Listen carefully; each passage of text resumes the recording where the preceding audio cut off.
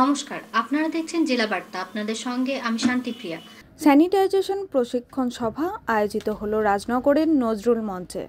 রাজ্য কৃষি দপ্তরের উদ্যোগে এবং রাজনগর ব্লক কৃষি দপ্তরের ব্যবস্থাপনায় মঙ্গলবার এলাকার কৃষকদের নিয়ে এই সভা আয়োজিত হলো। পরম্পরাগত কৃষি যোজনা প্রকল্পের অধীনে জৈব সারের মাধ্যমে চাষবাসের পদ্ধতি বিষয়ে আলোচনা করা হয় এই সভায়।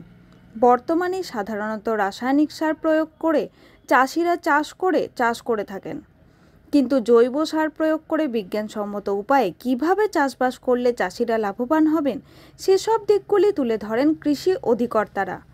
উপস্থিত ছিলেন এডিএ-SM সাব ডিভিশন গোপন কুমার চুনারি ও বিপদ রঞ্জন পাল, এডিএ রাজনগর ব্লক অভিজিৎ মণ্ডল প্রমুখ।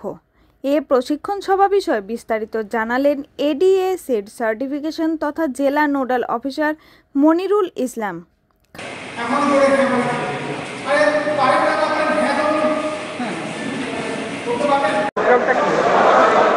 আজকের প্রোগ্রাম ছিল পরম্পরাগত কৃষি বিকাশ যোজনা।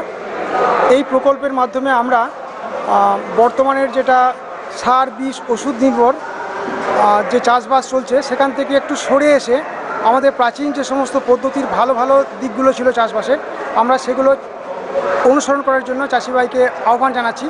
যে প্রকল্পের মাধ্যমে আমরা এই এলাকায় একটা শস্য বৈচিত্র্য ধরে রাখতে পারবো, অনেক রকমের ফসলের চাষ হবে, সারা বছর ধরে চাষ হবে, এখানকার যে প্রাকৃতিক ভারসাম্য সেটা রক্ষা পাবে।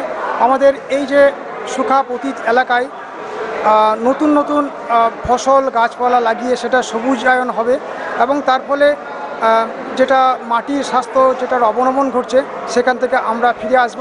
এই টোটাল একটা হলিস্টিক অ্যাপ্রোচ নিয়ে আমাদের এই পরম্পরাগত কৃষি বিকাশ যোজনা। আমাদের রাজনগর ব্লকের বিভিন্ন প্রত্যন্ত এলাকায় যে সমস্ত চাষি ভাই আছেন তাদেরকে আমরা কিছু গ্রুপ তৈরি করে সেই গ্রুপগুলোকে অর্গানাইজ করে আমরা একটা ক্লাস্টার ফর্ম করেছি আমরা। এটা তার দ্বিতীয় বছর এবং এই যে গ্রুপগুলো আছে তাদেরকে একটা ফার্মার্স প্রডিউসার অর্গানাইজেশনের আন্ডারে নিয়ে এসে তাদের যে প্রডিউসটা হচ্ছে, তাদের যে ফসলগুলো সেগুলো আরও ভ্যালু এডিশন করে আমরা নিকটবর্তী এবং দূরতম যে সমস্ত মার্কেট আছে সেখানে আমরা পাঠিয়ে দিয়ে তাদের আরও কিছু উপার্জনের পথ আমরা করে দিতে চাইছি। খান আরশাদের রিপোর্ট, ভয় টিভি, রাজনগর। আজকে জেলা বার্তা এই পর্যন্তই। নমস্কার।